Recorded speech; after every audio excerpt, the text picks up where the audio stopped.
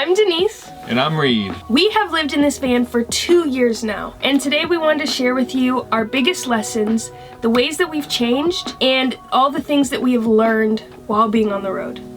Black screen. After saving and planning up for 2 years, we finally hit the road in March of 2021. Since then, we have traveled both coastlines of the United States, visited 30 national parks, 41 states, and we have learned a thing or two about traveling in that time. But let's rewind and start at the very beginning. If we're starting at the very beginning, we have to start in 2018. At that time, we made a plan to save up money and to find the van of our dreams. What we didn't realize is that those two goals were going to be a little harder than expected. It ended up taking us 2 years until we were able to buy our van that we've lovingly named Jubilee. And that brings us to point number 1, which is dream big and never give up. Throughout our journey and our process, there were many times where things got very hard and we thought about giving up. But we refocused and we reminded ourselves of the why we were doing this. That kept us going. We bought Jubilee in December of 2019. We flew out to Atlanta and then we drove that van all the way back to Colorado where we started building. That was a very special time. We spent 12 months working full-time and then coming home after work and working on the van into the night. If you've watched any of our videos, you've heard us say that when we started this project, we had 0 building experience. We say that to give you kind of a frame of mind because it was challenging and it could be overwhelming, just like we said in number 1. But we didn't give up, we dreamed big, and we took it one step at a time. So just put one foot in front of the other and picture the process in segments. Break it down into bite-sized pieces and keep going. And finally, on March 6th, we packed up our van and we got on the road. If I was gonna use one word to describe those first few months on the road, exhilarating. It reminded me of the days when I was growing up, when my dad and I would go camping. We would pack up his truck and we would hit the road. Those were some of my very favorite memories, and I wonder if some of you can relate to that. And then we met Asha and Anais, 2 strangers that have become 2 of our best friends. Those first 4 months we traveled with them from San Diego to Seattle, and it was just a time of newness. We were learning how to travel on the road. We were learning where to park, how often we needed to get water, and where we felt the best on the road.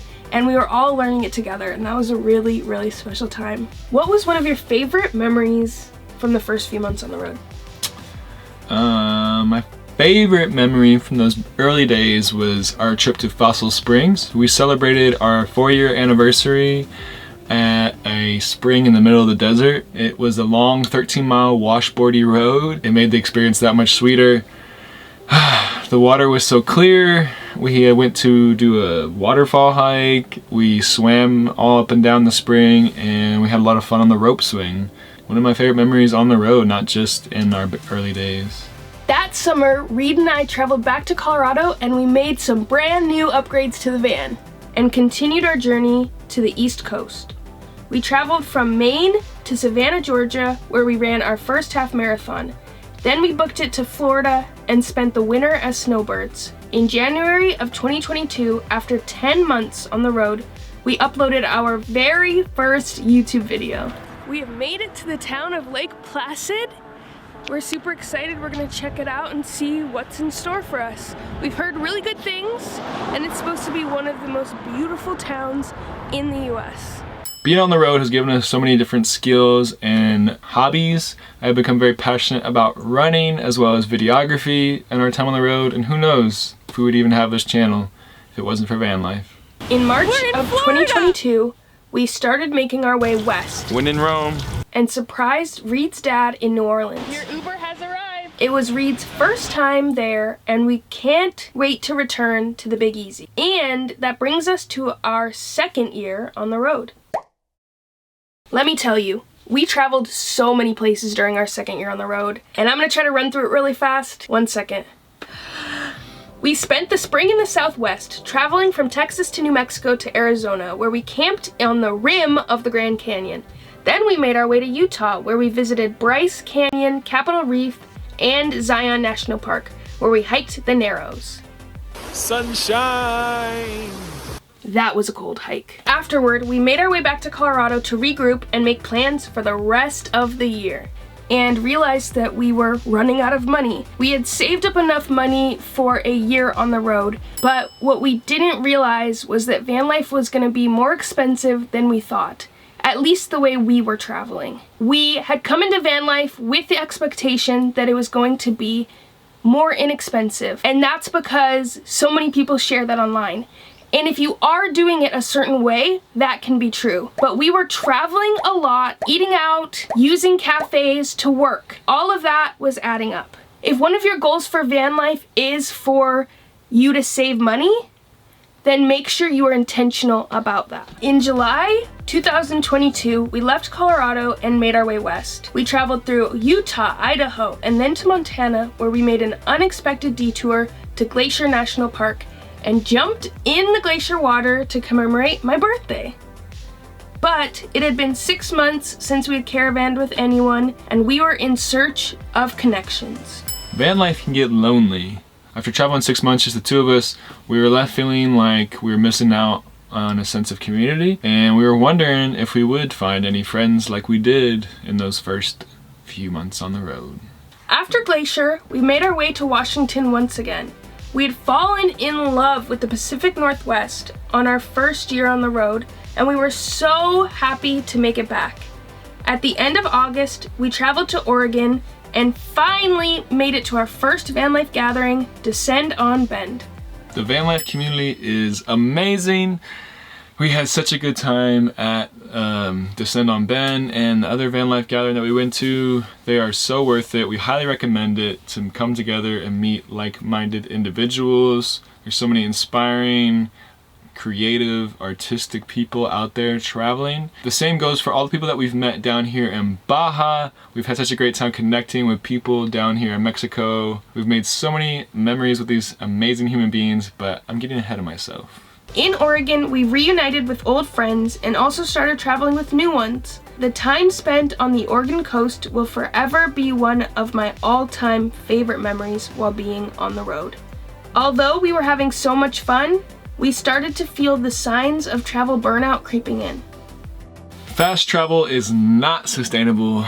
We've said this often on our channel. We like to move fast, but it catches up to us. We become really tired, irritable, start to have fatigue. We had traveled like this for so long, and it was all we knew though, so we pressed on. We continued traveling with our friends and had experiences we could have only dreamed of. This is my life! Yeah! We went whale watching, Reed went surfing for the first time, and our caravan grew. We returned to Bend, Oregon to begin to make plans to travel south, and then Reed got a call. Hello? Reed's mom was in the hospital, and he had to fly home. Expect the unexpected on the road. Within one phone call, we were packing up and Denise would drop me off at the airport. We spent 2 weeks apart and it was totally unexpected. So just be ready for things to happen and to be able to handle emergencies as they come up. I decided to continue traveling with a group of friends who had made me feel safe. While I was struggling to feel useful and connected to Reed and his family from across the country, we traveled to Crater Lake, and one morning we woke up before sunrise and walked down to the lake. Swimming in that water was rejuvenating. I found myself finally feeling clarity, but too soon my path diverged from our friends and they made their way north and I made my way south alone. This leads me to lesson number 9. When we got on the road, we dreamed about all the cool people we would meet and all the places we would go, but what I didn't put into consideration was that you also will be saying a lot of goodbyes. While traveling, you will meet these people that you want to stay with and connect with forever. Inevitably, because you're travelers, you'll go your separate ways, and saying those goodbyes can be really hard. But the pro of saying those goodbyes or see you laters is that it makes it a celebration when you are reunited. While I was sad to say goodbye to those wonderful humans, I also decided to use my time alone as a reset button to take care of myself and have some independence. I spent 10 days traveling solo before picking Reed up in San Francisco the day before his birthday. Traveling with a partner can be so rewarding. It is incredible to share these experiences together, but we are inevitably in a small space together, so we have to communicate and prioritize asking for space. If you don't, it'll never happen. I mean, you live in 60 square feet, so if you don't go out for a run and say, hey, I need some alone time, it's not gonna happen. Van life with your partner, it's the best thing in the world, but it doesn't come without its challenges. After San Francisco, we started the journey back to the East Coast for the holidays. On the way back, we found a stray dog in Arkansas. We called all of the shelters in the area and they were all at capacity. We've always wanted to foster a dog, but having a dog and a cat of our own has always limited our abilities to do so. Something about this adorable mangy hound dog made it impossible to say no. So we took her to the vet, got her shots, and she joined the caravan. 2 days later, after getting tired of calling her dog, we named her Lucy. Lucy traveled with us for 2 months to Tennessee, Kentucky, West Virginia, Maryland, Delaware, Rhode Island, New Jersey, North Carolina, and finally to Atlanta, where we found her a forever home. You're in good hands. You're in good hands, girl. You got your brother Scout. Yeah, you have a sweetheart Scout. Family. Yay! And when we dropped her off, I may have cried. But before making it to Atlanta, we had to make an important stop. My best friend Devin had just moved from the Middle East to Baltimore, and we surprised him on his birthday. Lesson number 11. Staying connected with friends and family can both be easier and harder on the road.